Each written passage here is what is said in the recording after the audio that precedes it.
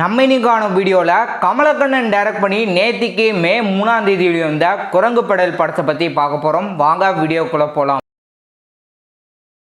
Summer holidays விட்டதுக்கப்புறம் school students என்ன பண்ணுறாங்கன்றதான் இந்த படத்தோடைய என்டையர் ஸ்டோரி. லீவில் ராத்திரி தூங்குறதுக்கு மட்டும்தான்டா வீட்டுக்கே போவோம். கோடை விடுமுறை விட்டாங்கன்னா பசங்க கிராமத்தில் இருக்கிறவங்க என்ன பண்ணுவாங்க, அவங்களுக்குள்ள நடுவில் ஏதாவது சண்டை வருதா, இல்லை அவங்க ஏதாவது திருட்டு சம்மந்தப்பட்ட விஷயங்கள் பண்ணுறாங்களா, இல்லை அவங்களுடைய ஃப்ரெண்ட்ஷிப்லாம் எப்படி இருக்குது, என்ன மாதிரி அவங்க என்ஜாய் பண்ணுறாங்க அப்படின்னு சொல்லி நல்லாவே சொல்லியிருந்தாங்க.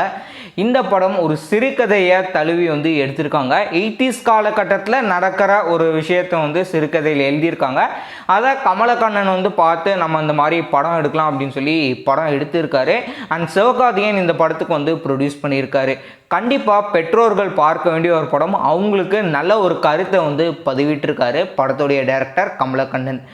இந்த படத்தை பொறுத்த வரைக்கும் நமக்கு சின்ன வயசில் நடந்த சம்பவங்கள்லாம் ஞாபகத்துக்கு வர மாதிரி இருக்கும். பெரும்பாலானவங்களுக்கு ஞாபகம் வருமா அப்படின்னு கேட்டிங்கன்னா, இந்த கிராமத்து சைடில் இருக்கக்கூடிய நம்மளோட ஃப்ரெண்ட்ஸ் ஆகட்டும், இல்லை ஏன் நம்மளே கூட சின்ன வயசில் நம்ம கிராமத்து சைடில் யாராவது ரிலேட்டிவ் வீட்டில் போய் நம்ம விளையாண்டுருப்போம், இல்லை விடுமுறை விட்டாங்கன்னா போவோம் இல்லையா. ஸோ அப்போல்லாம் நம்ம என்ன மாதிரி விளையாடுவோம், எப்படி நம்மளோட அந்த சம்மர் ஹாலிடேஸ் டைமை ஸ்பெண்ட் பண்ணுவோம் அப்படின்றத ஞாபகப்படுத்துகிற மாதிரி கொடுத்துருந்தாங்க.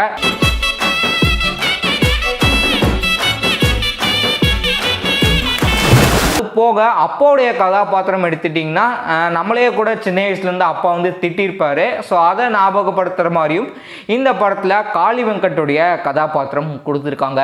காளி வெங்கட்டை பொறுத்த வரைக்கும் பார்த்திங்கன்னா, பையன் பொறுப்பாக இருக்கணும், பையன் நல்லா படிக்கணும் அப்படின்ற ஒரு எண்ணத்தோடு இருக்காங்க.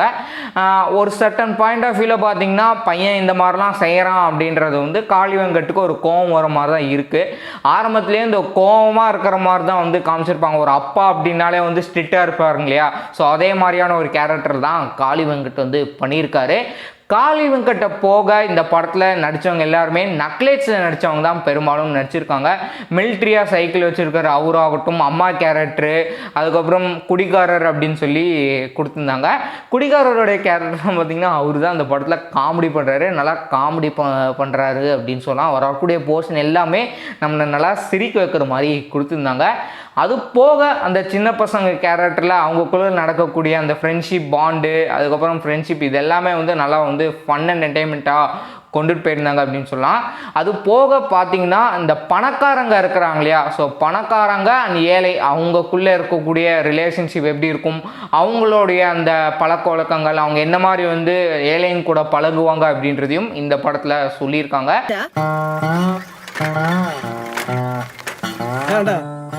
அந்த சின்ன பசங்க ஃப்ரெண்ட்ஷிப் இருக்கு இல்லையா. ஸோ அதுலேயே காமிச்சிருந்தாங்க.